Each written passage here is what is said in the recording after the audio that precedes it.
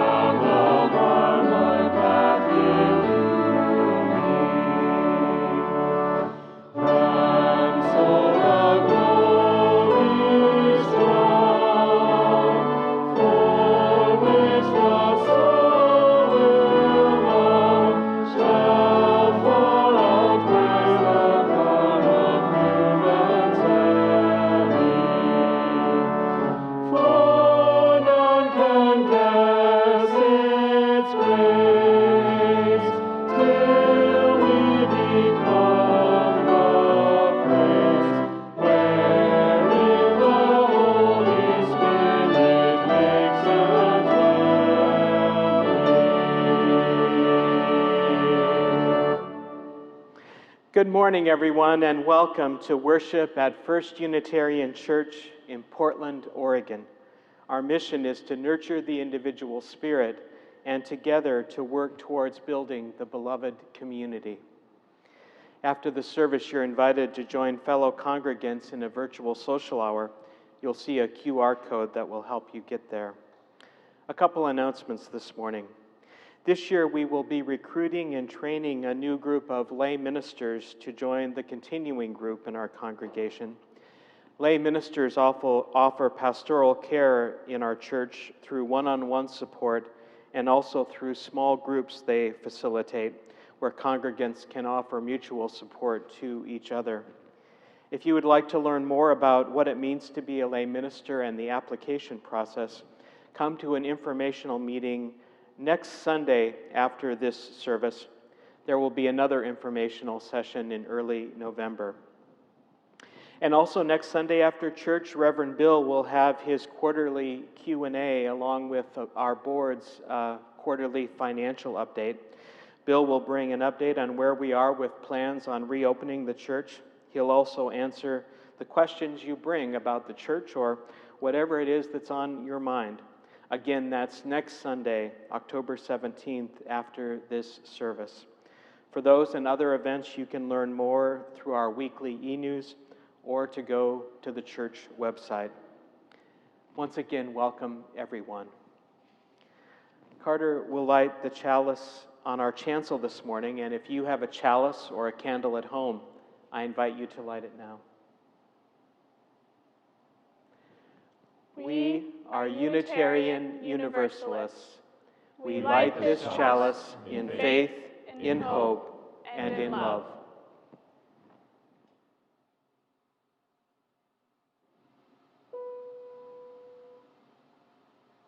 Break down the door.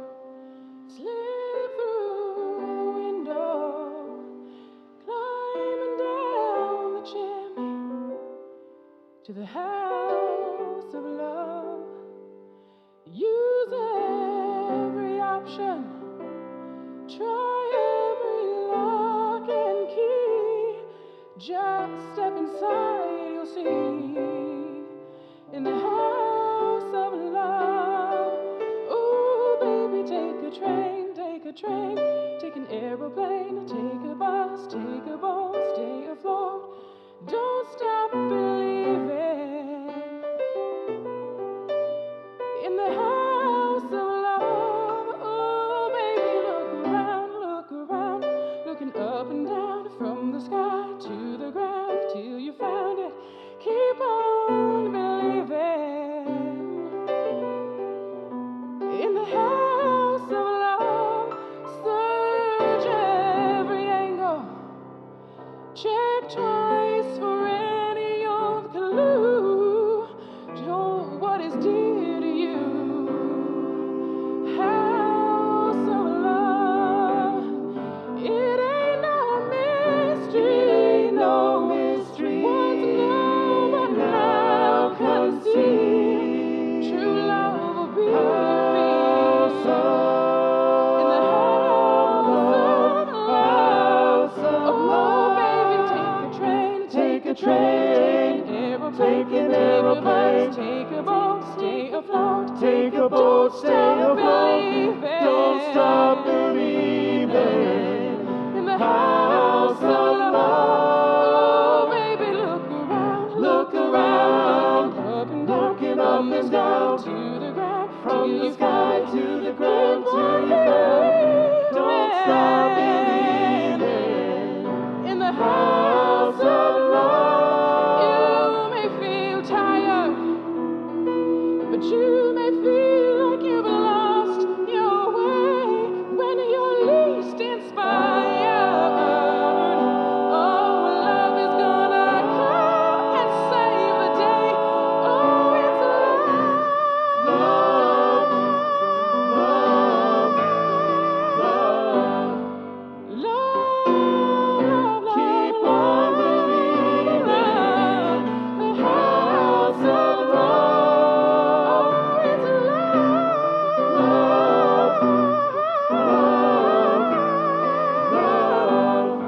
Love, love, love. Keep on believing. the house of love. Hey, oh,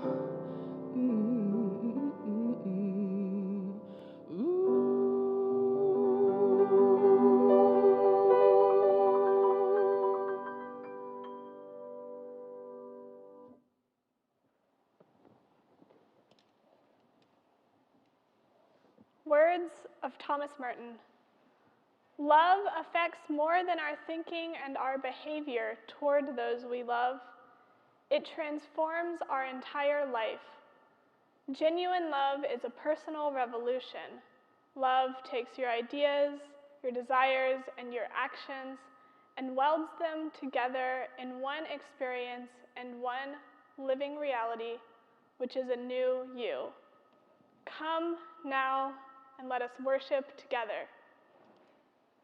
Please join us in our hymn, Because of Love.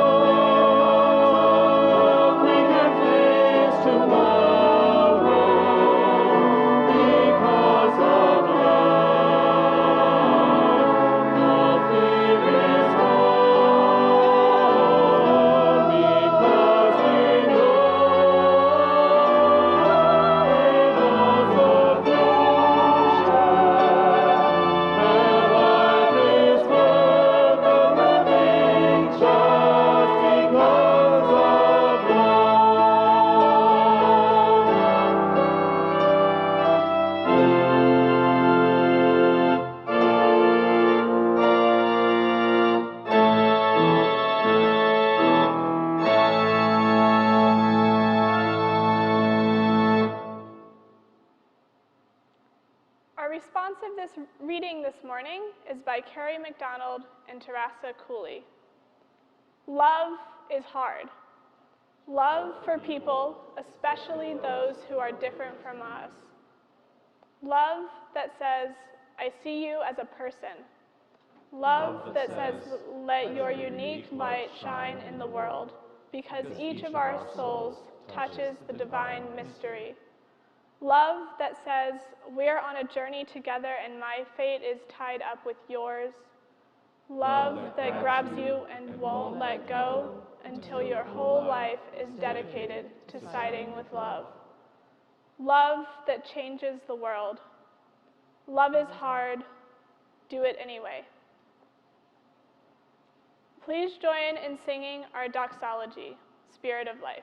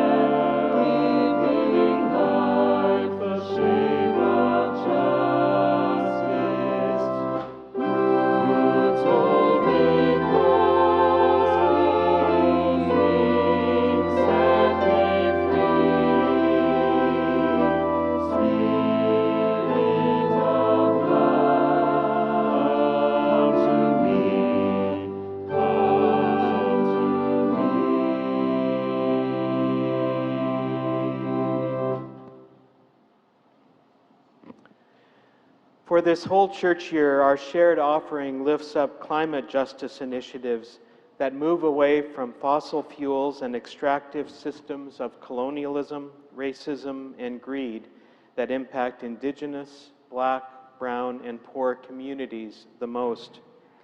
For this month of October, we share our plate with Honor the Earth, a Native organization that provides financial and organizing support to Native environmental initiatives. Honor the Earth is women-led and has worked closely with other women-led indigenous groups to stop an oil pipeline that would threaten the lands of the Anishinaabe people of northern Minnesota. You can give through the QR code that will appear shortly, or if you're watching us via Boxcast, you can click the Donate Now button. Thank you for your generosity that sustains the ministry of this congregation and with our partners in the larger community.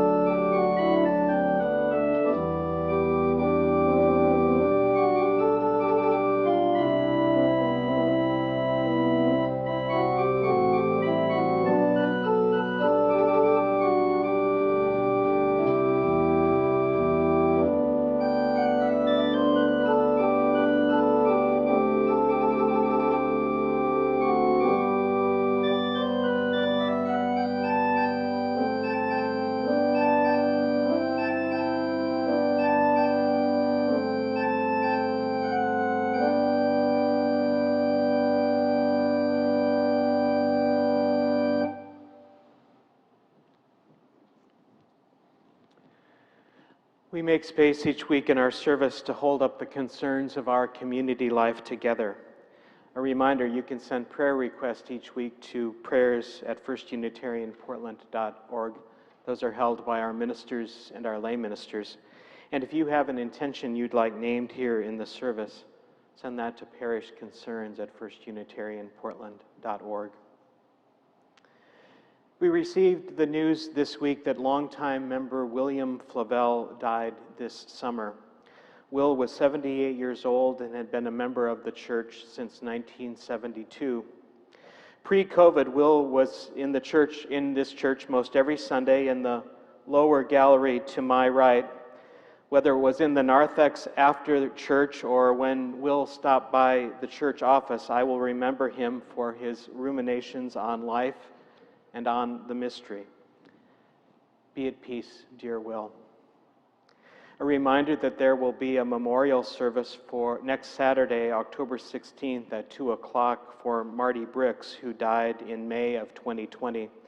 The service will be in person if you're vaccinated in the Elliott Chapel, and it will also be live streamed. Marty sang in our choir for many years and loved this church a great deal. We'll celebrate her life next Saturday. And a joy today, members Ed and Ellen McLaren are thrilled to announce the birth of their 5th grandchild. Paul Brown Owen was born on September 29th in Nashville, Tennessee, weighing 8 pounds, 2 ounces. Parents are Dr. Marcus and Hope Owen. We celebrate with the whole family. Will you pray with me now? Spirit of life and of love, God of many names and no name at all, be with us this day. Be with us, Spirit, as we mark the beginning of a life and as we mark the end of a life.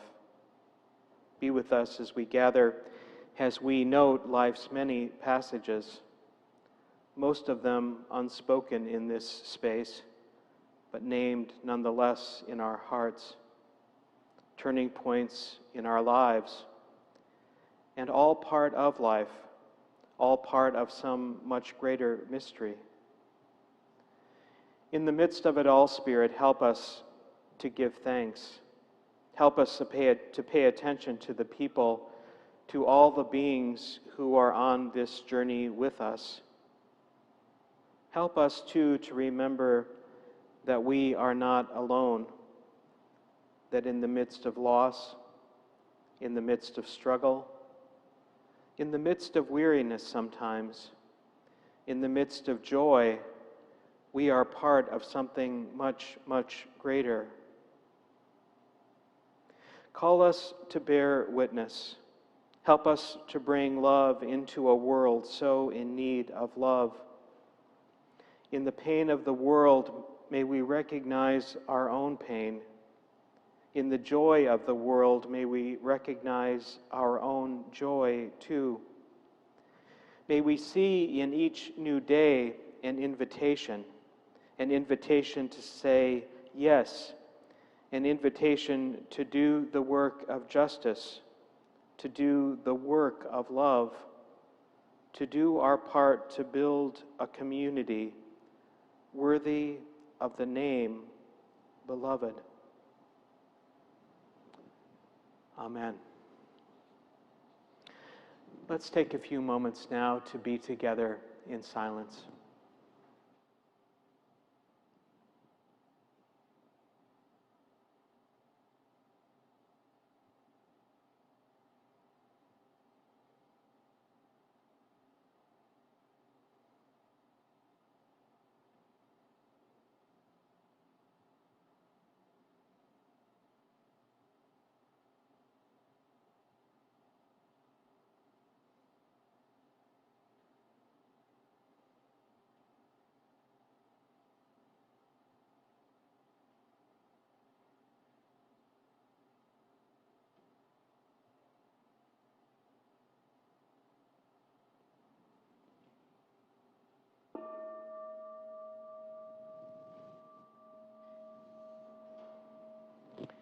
Let's sing together now, Make Channels for the Streams of Love.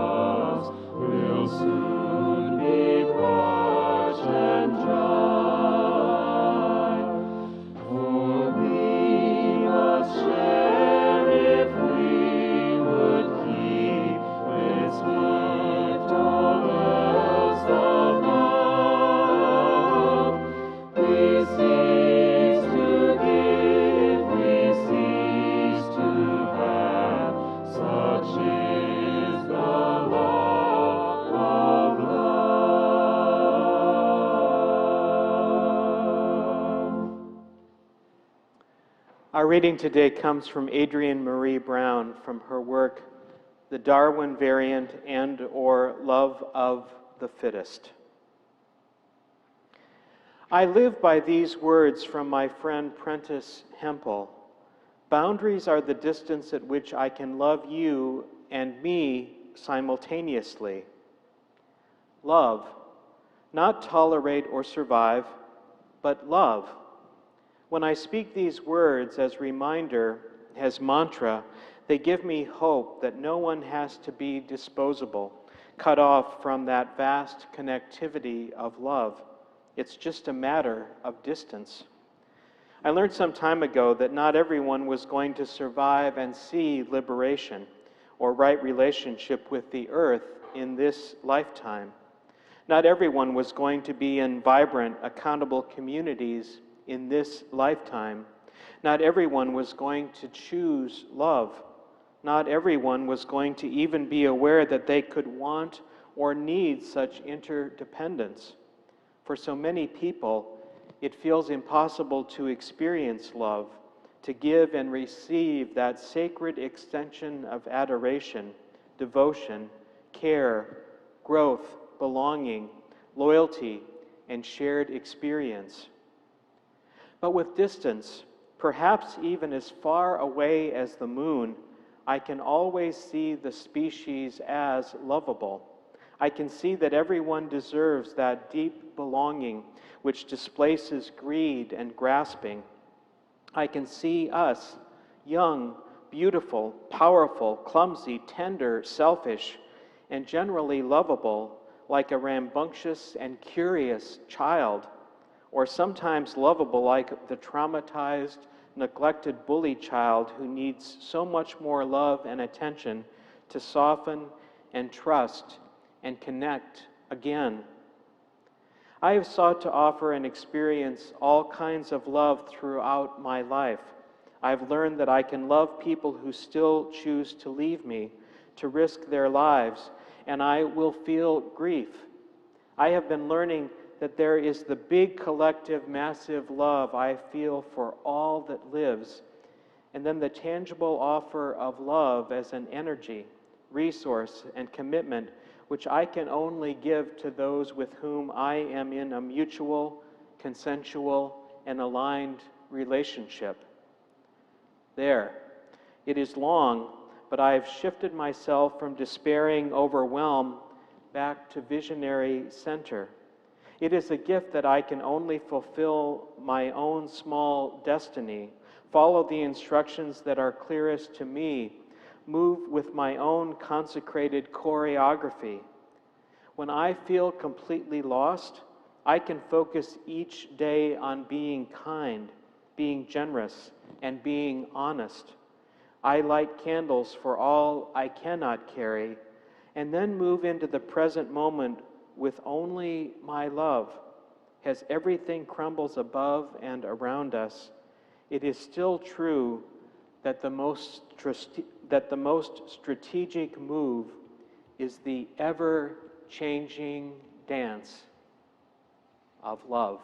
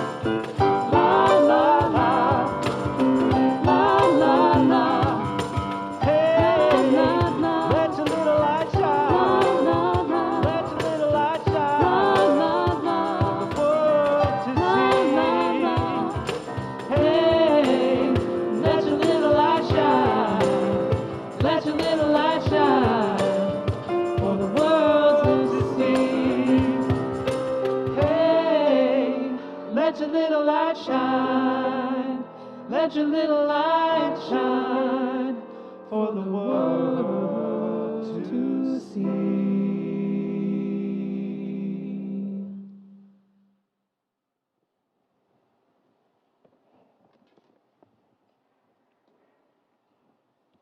Let your little light shine.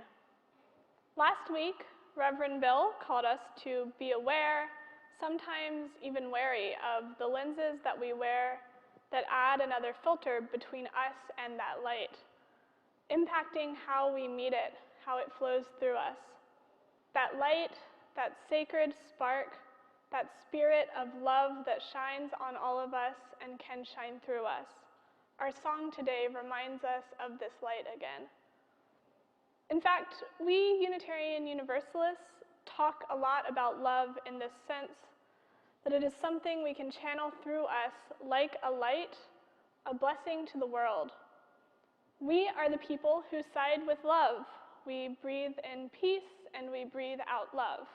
I'm sure you could help me keep the list going. What a thrill to be a people so boldly loving. But sometimes I find myself using these words as a way to keep it simple, keep it abstract. Like, of course, love is something inherent to my faith and should be for everyone. Who doesn't love love? It's easy when it's abstract like that. It's when we get more specific and concrete that challenges arise. Take our responsive reading today, for example, that challenges us to love people who are different from us. I think many of us can name abstract groups of people in our world who are different from us and who we make it a practice to send love out to, as you will. But what about actively loving people who are different from us, who we share space and community with? What about loving people who are different from us when we are exhausted and weary, and we want to save our love for the people who it's easier with? This is what I want to talk about with you today. I believe that for us to respond to love's call in concrete ways, we must cultivate it as a daily practice, understanding that it is one we must commit to, knowing that we will falter and have to recommit. Love is hard, do it anyway, and practice is how we will get there. So, if we're going to take seriously our commitment to say yes to love's call, we should probably get clear on what we mean by love. For this work, I personally frequently turn to bell hooks, a feminist scholar and educator whose book titled All About Love has guided me in this for years.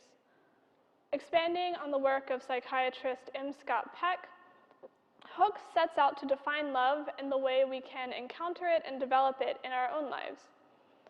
The book's working definition of love is the will to extend oneself for the purpose of nurturing one's own or another's spiritual growth. I'll repeat that. Love is the will to extend oneself for the purpose of nurturing one's own or another's spiritual growth. So love is that impulse, that life energy that says we can do better than this. We can grow, we can deepen, we can live more fully into our inherent wholeness. Love is that working toward spiritual growth. And to me, spiritual growth is about being our whole and messy human selves and working to better honor our interconnectedness and inherent worth in relationship with others. And I do believe that love gets us closer to that. For Hooks and for us, love isn't just a sweet emotion either. She argues emphatically that we would do better to use love as a verb rather than a noun. Think about how you experience this in your own life.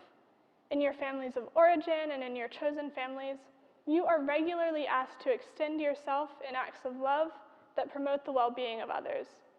This is what Adrienne Marie Brown is talking about when she describes the tangible offer of love as an energy, resource, and commitment which I can only give to those with whom I am in mutual, consensual, and aligned relationship. So we pour that energy, resource, and commitment out. As humans, we want to be sure our loved ones are well fed and have a warm place to sleep at night. And moreover, that they have opportunities to explore their passions and to experience deep joy.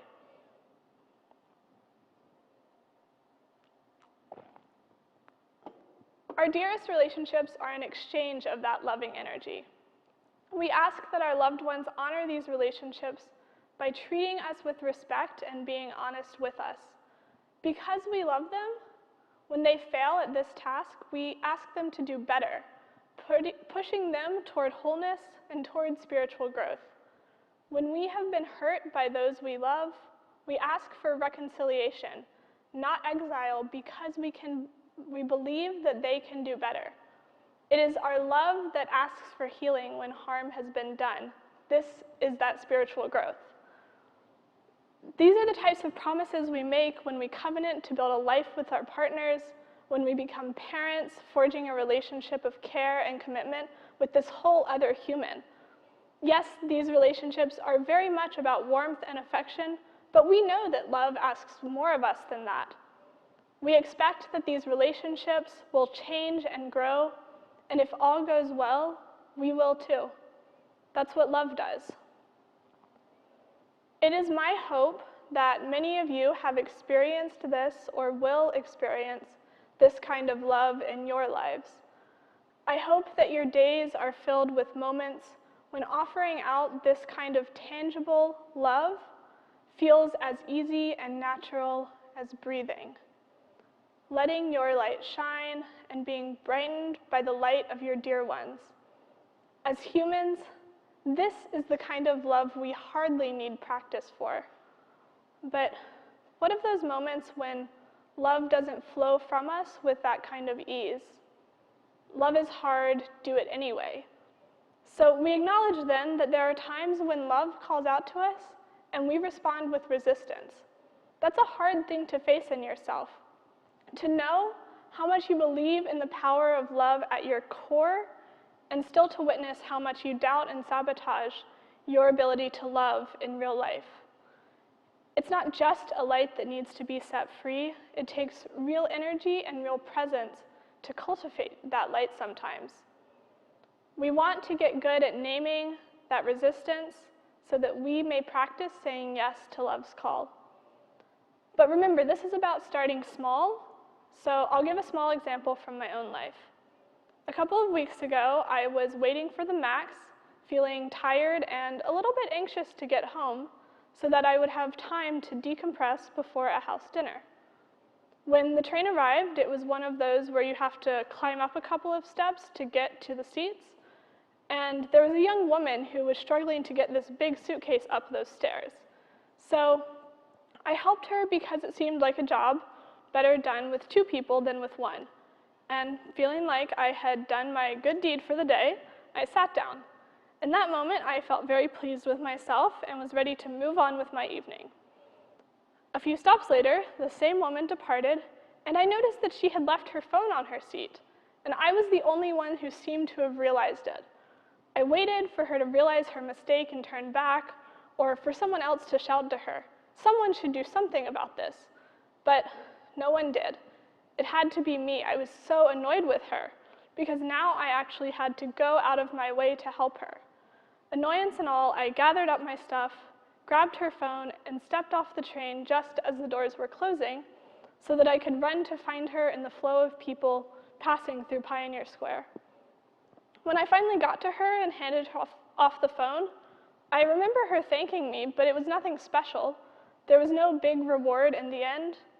In the end, all I had was a slow trudge back to the stop where I had to wait nearly another 20 minutes for the next train to come. So my commute stretched out, and I lost some of that beloved alone time to recuperate at the end of the day. But to tell you the truth, it was fine in the end. That was a day that love reminded me that often it's not about my own personal comfort. Love called me to give up a half hour of my time to save someone else from a much more troublesome evening.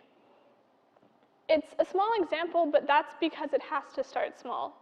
To get really good at hearing and responding to love's call, we have to say yes to these moments. when resistance and annoyance well up within us, and we know there is no moment of glory after we do the good deed, that is the best time to practice saying yes. My story is about going out of the way to help a stranger, but I want to remind you that this kind of resistance to love's call can show up in more personal situations too, like when we need to muster care and patience for a loved one who is acting a bit prickly because they're having a hard day, like showing up to that volunteer event when it would be more comfortable to stay home and enjoy the afternoon more passively. There are so many opportunities in our lives to push through that resistance and say yes to love as we move through our day in community with others. And even in these situations, we need to add some nuance. As a culture, we have been learning a lot lately about the dangers of burnout, the burden of emotional labor, and the importance of rest and self-care. With this in mind, I hope to never preach a message that pushes for expending yourself to the point of physical or emotional exhaustion. Yes, even in the name of love. Our reading for today began with the wisdom that boundaries are the distance at which I can love you and me simultaneously. This is important because we need to love ourselves and others simultaneously. Love may ask us to make sacrifices, but love does not ask us to sacrifice our whole selves for the sake of another. This is why we need to think of saying yes to love as a spiritual practice. There is an intuition here that we are honing. It takes skill to get very clear about what love asks of us, so that we may love others and ourselves simultaneously and with appropriate boundaries. There will be days when we feel tired and broken, and on those days, it is crucial that we have a discerning ear when we think we hear love calling. We need to practice this so that we can say yes with fullness and in ways that honor our own integrity. I want to turn now to one of my favorite moments of the Bible, the story of the loaves and the fishes. I've worked with this story for years because it's a rich example of food showing up in a powerful way in the Bible, because the intersection of religion and food is a pet interest of mine. And so famously, there is a crowd of thousands that gathers around Jesus and his disciples because they are hungry for his teachings and for food. He spends the day teaching them and healing the sick among them. As the day winds down, the disciples come to Jesus, saying it is time for the crowds to disperse because they are in a remote location and have hardly any food to offer. 5 loaves of bread and 2 fishes, to be exact. But Jesus disagrees, insisting that they share their meager bounty. So the bread is broken and passed, and miraculously everyone has enough to eat, with 12 baskets of leftovers at the end. For me, this has always been a story about a horizontal miracle when Jesus' spirit of abundance and generosity inspired others in the crowd to share what they had. It's beautiful. But when I was in seminary and reading through the New Testament, I realized that there was a part of this story I had always missed before. It was the context that foregrounds the event in the first place. I'll read it to you. This is a passage from Matthew 14, just after King Herod has beheaded John the Baptist, who he had been keeping as a political prisoner. The text reads, "John's disciples came and took his body and buried it. Then they went and told Jesus. When Jesus heard what had happened, he withdrew by boat to a solitary place. Hearing of this, the crowds followed him on foot from the towns. When Jesus landed and saw a large crowd, he had compassion on them and healed their sick. As evening approached, the disciples came to him and said, 'This is a remote place and it's already getting late. Send the crowds away so they can go to the villages and buy themselves some food.' And Jesus replied, 'They do not need to go away. You give them something to eat.' This is so striking to me because it is a time of great mourning for Jesus, probably mixed up with a lot of fear for his own safety.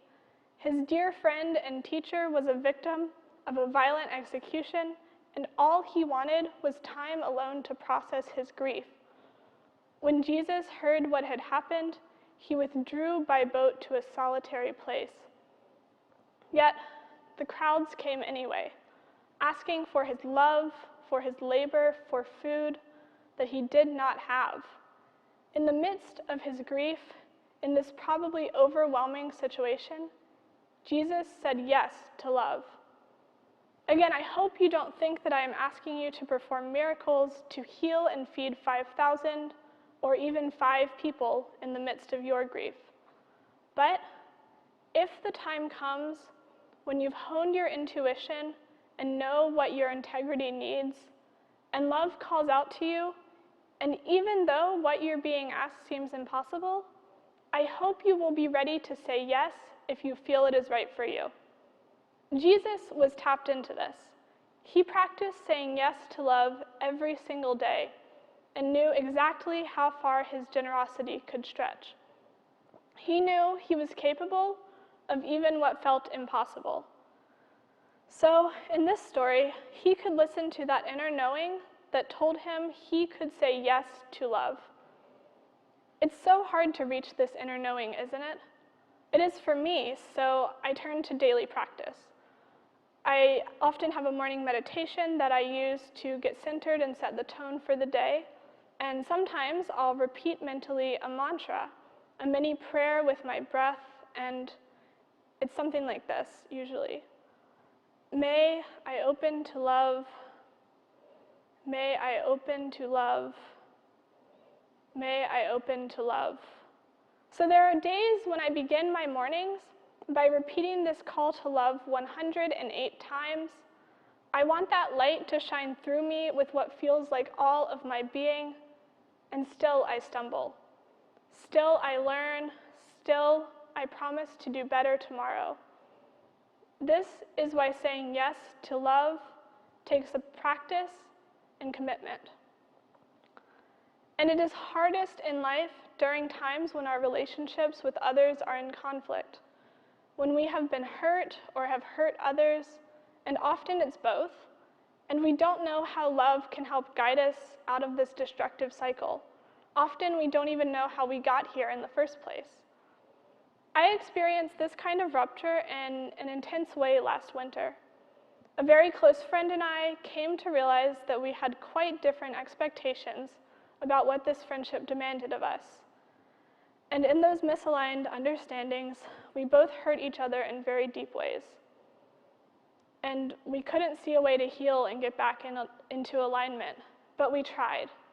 We had long, vulnerable, and radically honest conversations with each other about all that had happened and all that we wanted moving forward. Those conversations were some of the hardest acts of love that I have experienced in my life. And eventually, we both came to understand that we would be better at loving each other and ourselves simultaneously with considerable distance. We could not offer each other love as energy, resource, and commitment because we were not in a mutual, consensual, and aligned relationship. So we parted ways. While I mourn that friendship, I am grateful that we were able to end our cycle of harm. It was, I believe, an act of love to talk it through and come to that decision, even though it was so difficult. In that time, my friend and I showed up with more care, intention, and integrity than at any other point in our friendship. This is how I know it was love leading us. I know I grew considerably in the process in a deeply spiritual way, and I hope that she feels the same.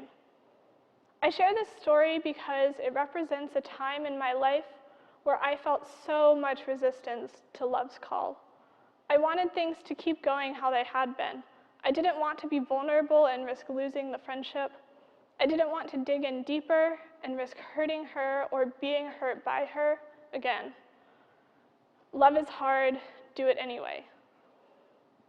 Maybe there are people in your life who you love so deeply, but who it never feels easy with. I'm not suggesting that distance is always the answer. Ending a relationship might not be the right path forward in your situation. It's not a blanket solution. Instead, my advice is this: have courage and lean into integrity and honesty so that you may better love that person through your resistance. Have faith in love. Hold on to that faith which exclaims that when love guides us, we are capable of so much more than we realize. We can grow and extend ourselves for the experience and growth of others. It is hard work, it takes practice, and it is a miracle. Love is hard, do it anyway.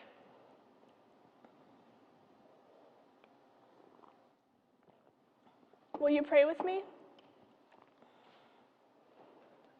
Love, love, dear Spirit of love, we are grateful for your guidance.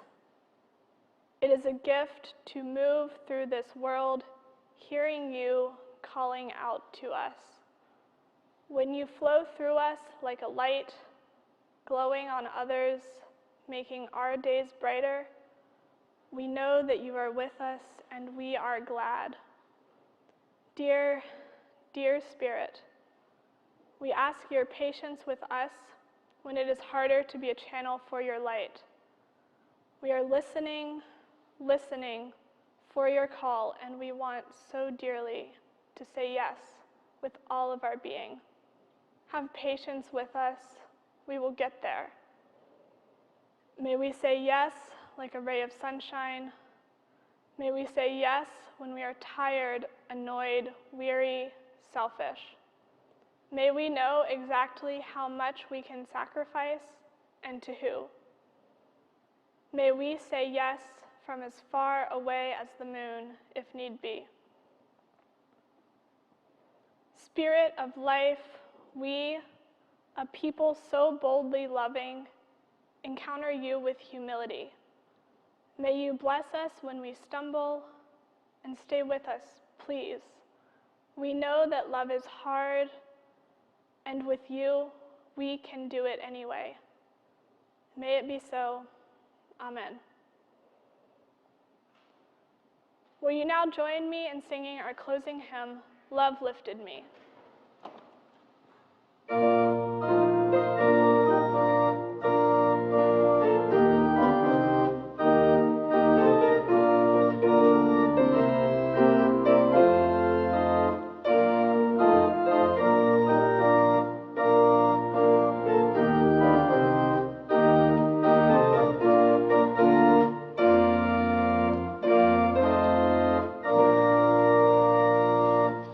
I was sinking in despair, far from the peaceful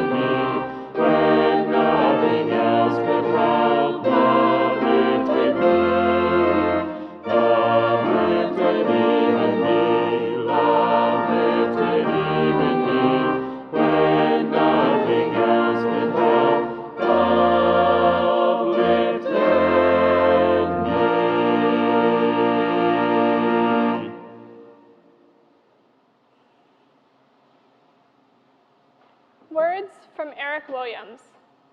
We all emerge from, dwell within, are transformed by, and called back to love. May your mind be humbled before this mystery.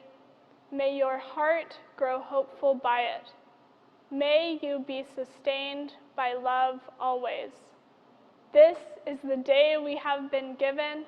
Let us rejoice in it and be glad. Go in peace and practice love. Amen.